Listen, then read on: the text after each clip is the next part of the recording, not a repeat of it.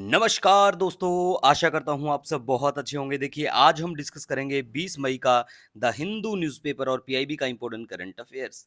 देखिए, नए बच्चों को बता दूँ, हमारा 1 महीने का करंट अफेयर सिर्फ 7 पेज का पीडीएफ फ्री ऑफ कॉस्ट आपको हमारा Telegram channel daily the Hindu notes पे सर्च कर लेना, लिंक भी नीचे मिल जाएगा।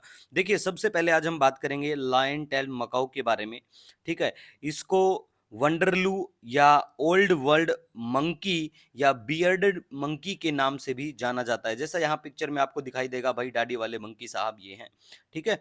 और दूसरी बात क्या है, देखिए, male define the boundary of their home range by calls. एक दूसरे को बोलकर ये डिफाइन करते हैं कि भैया अपना घर यहाँ तक है, ठीक है।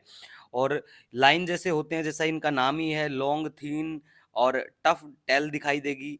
और आयुष्यन की बात करें, सबसे इंपॉर्टेंट पॉइंट ये बन जाते हैं कि कंजर्वेशन स्टेटस की बात करें तो इनको इंडेंजर्ड कैटेगराइज किया गया है। और साइट्स का जो अपेंडिक्स फर्स्ट में रख के इनको वाइल्ड लाइफ प्रोटेक्शन एक्ट 1972 अगर हमारे की बात करें तो शेड्यूल फर्स्ट में इनको रखा गया है, ठीक है।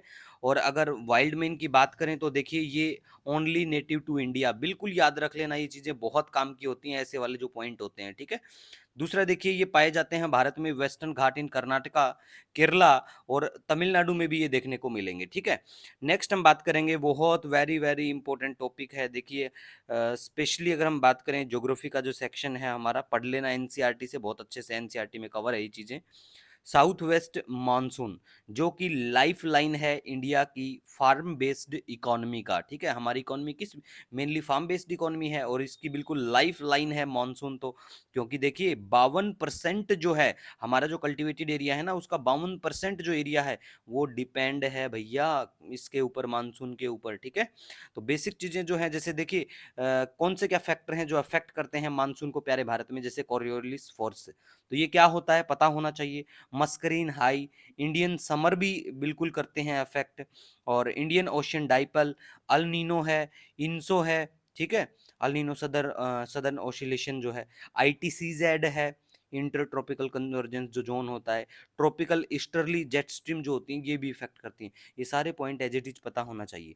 अब देखिए, ये सेट कैसे होता है, बेसिकली बात करें तो देखिए, सन साइन करता है, चमकता है वर्टिकली ट्रॉपिक ऑफ कैंसर में जून के टाइम पे, इन्हीं दिनों की अगर हम बात करें तो उस टाइम क्या होता है, जो ये कन्वर्जेंस जोन है ना, मेनली ये लो प्रेशर का जोन होता है। तो ये मूव करता है नॉर्थ की तरफ, ऊपर की तरफ करता है, ठीक है।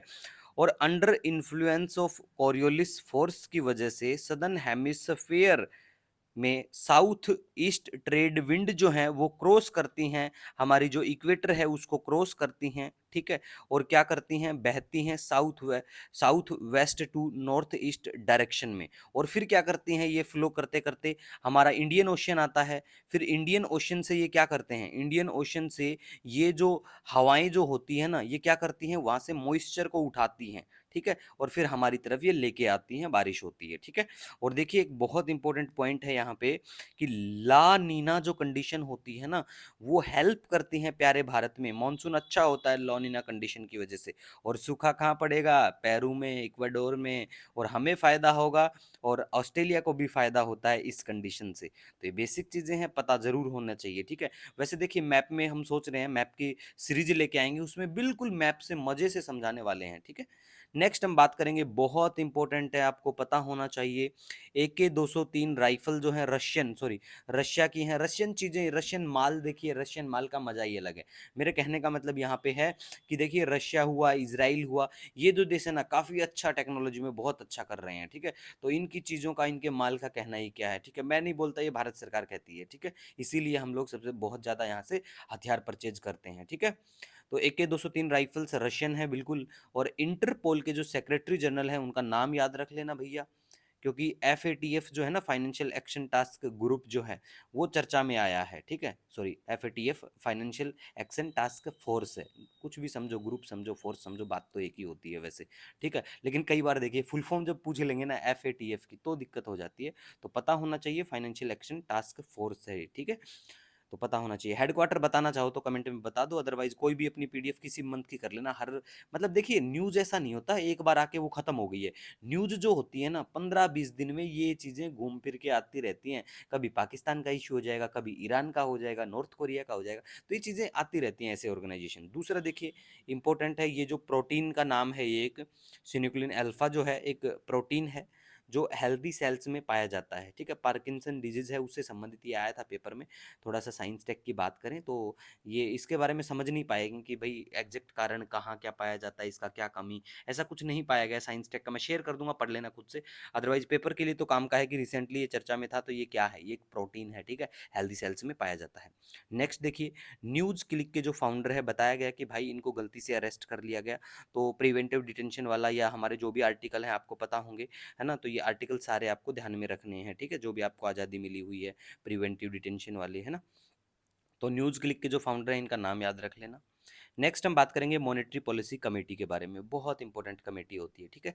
Section 45 Z B of RBI amended act 1934 के तहत सेंट्रल गवर्नमेंट इम्पावर्ड है कॉन्स्टिट्यूट करने के लिए 6 मेंबर की मॉनेटरी पॉलिसी कमेटी को, ठीक है? मेंबर बढ़ाए या घटाए जा सकते हैं, डिपेंड इन्हीं लोगों पे करता है, लेकिन अभी के लिए इतना ही याद रखना, ठीक है? और इस 6 मेंबर की कमेटी में कौन कौन होता है? देखिए, 3 तो होते हैं बैंकिंग सेक्टर के लोग, जिसमें आरबीआई का जो गवर्नर है वो एक्स ऑफिशियो चेयरपर्सन होता है इस कमेटी का, deputy governor in charge of monetary policy, और एक और होता है, ठीक है, नॉमिनेटेड होता है, वो बैंकिंग सेक्टर का ही होता है वो बंदा भी, ठीक है? और 3 जो पर्सन हैं वो सेंट्रल गवर्नमेंट के द्वारा अपॉइंट किए जाते हैं, ठीक है? तो इतना याद रख लेना। हाँ, मॉनेटरी पॉलिसी कमेटी क्या करती है? ये डिटरमाइन करती है पॉलिसी इंटरेस्ट रेट को, इन्फ्लेशन टारगेटिंग भी डिसाइड करते हैं ये लोग, ठीक है? नेक्स्ट हम बात करेंगे, एलोन मस्क ने लॉन्च किया स्टारलिंक इंटरनेट सर्विस इंडोनेशिया में, ठीक है? और इंडोनेशिया में ही क्या आता है, माउंट ईबू जो है इरप्शन देखने को मिलेगा। रिसेंटली मैप में लोकेशन भी मैंने आपको दिखाई थी, तो ये ऐसा सा बुरा हाल हो चुका है इंडोनेशिया में। तो माउंट ईबू कौन से देश में है? इंडोनेशिया में है। अब नेक्स्ट हम अगर ईरान के बारे में बात करें तो देखिए भैया, कमेंट करके जरूर बताना कि ईरान जो है इसको कौन कौन से देश की बाउंड्री टच करती है, ठीक है? ये 6-7 के आसपास देश हैं, ऊपर से कैस्पियन सी भी है और नीचे पर्शियन गल्फ भी है। तो मैप में लोकेशन देख लेना, क्योंकि ईरान काफ़ी चर्चित है, चर्चा में ऑलमोस्ट रहता है। हर 5 दिन में घूम फिर के, 5 छोड़ो 2-3 दिन में ईरान आ जाता है। अभी रिसेंटली पता है क्या होता है? ईरान के राइसी साहब जो है ना, वो खो चुके हैं भैया, मिसिंग हो चुके हैं हेलीकॉप्टर एक्सीडेंट्स की वजह से। तो बहुत इंपॉर्टेंट चीज़ें बन जाती हैं। इसी के साथ देखिए, कभी भी आपका सुझाव कुछ भी हो ना, तो आप मुझे कमेंट बिल्कुल कर सकते हैं, ठीक है? नेक्स्ट देखिए, अगर हम बात करें तो वेरी वेरी इंपॉर्टेंट है, इटालियन ओपन टाइटल।